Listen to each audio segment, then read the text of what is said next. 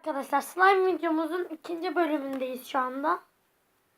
Slime biraz iyi olmuş gibi geldi bana. Ama dağıldığı için. Bir şey nerede diyor. Heh. Bunu da alacağım. Bunu mecburen.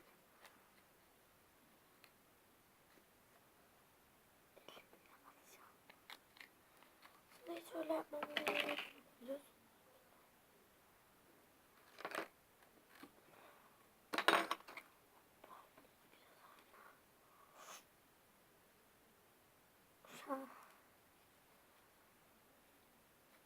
Arkadaşlar çelim.